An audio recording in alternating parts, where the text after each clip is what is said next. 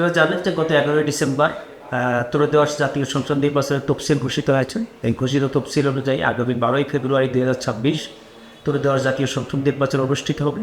এই জাতীয় সংসদ নির্বাচনকে নিরাপদ, নির্বিঘ্ন এবং শান্তিপূর্ণ করার জন্য জামালপুর জেলা পুলিশ ইতিমধ্যে অভিযান শুরু করেছে। যারা এই নির্বাচনকে কেন্দ্র করে অস্থিতিশীলতা সৃষ্টি করতে পারে বা যারা আমাদের রাজনৈতিক পরিবেশকে যারা অশান্তিপূর্ণ করতে পারে, তাদের বিরুদ্ধে জামালপুর জেলা পুলিশ গত 24 ঘন্টায় অভিযান পরিচালনা করে 17 জন দুষ্কৃতিকারীকে গ্রেপ্তার করেছে এবং তাদেরকে বিভিন্ন মামলায় চালান দেখিয়ে বিজ্ঞ আদালতে প্রেরণ করা হয়েছে।